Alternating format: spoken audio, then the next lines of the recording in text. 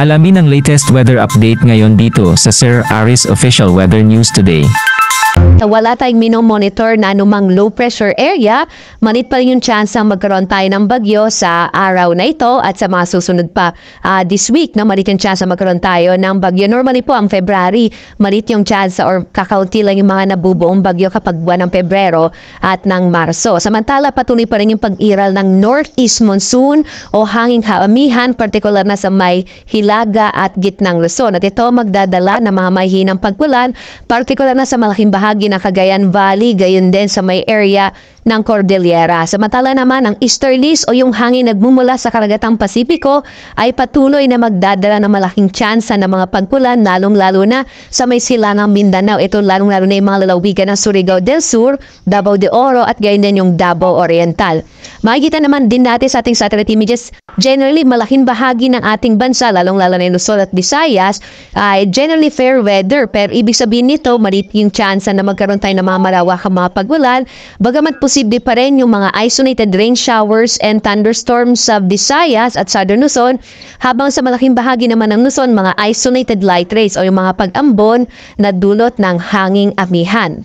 Makikita rin natin, inaasahan natin sa mga susunod na araw na lalakas ang northeast monsoon amihan, gayon din yung easterlies o yung hangin mula sa karagatang Pasipiko. Kaya posible po towards the end of the week, malaki yung chance na maging maulan na naman sa malaking bahagi ng Bicol Region, Eastern Visayas at Eastern Mindanao. Pagdating ng araw ng Huwebes, towards the weekend, posible po yung mga katamtaman nagasakumi sa malakas sa mga pagulan sa may silangang bahagi ng Southern Luzon, Visayas at ang Mindanao. Tumutog po sa pang-updates ng Pag-asa tungkol sa potensyal nga na muling pag-iral ng shear line o yung banggaan ng malamig na amihan at mainit na easterlies.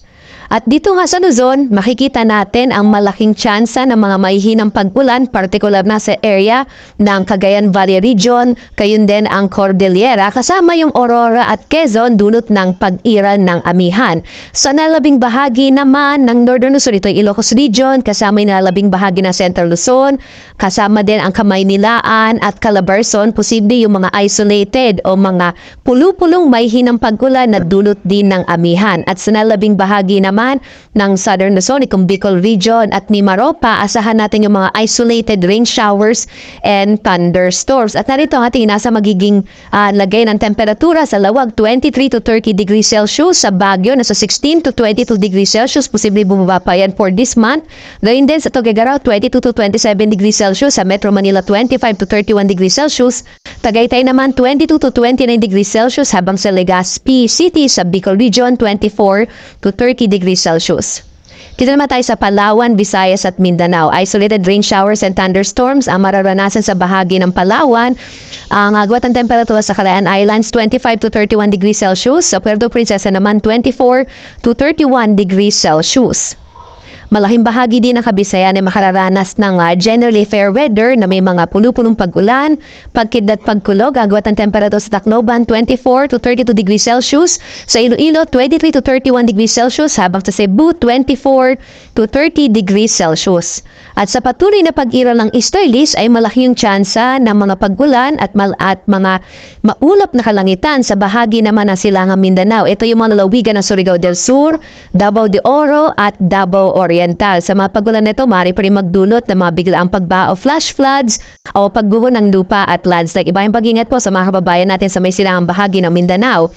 Ang lalabing bahagi ng Mindanao ay makararanas naman ng mga isolated rain showers and thunderstorms, kadalasan niya sa hapon hanggang sa gabi.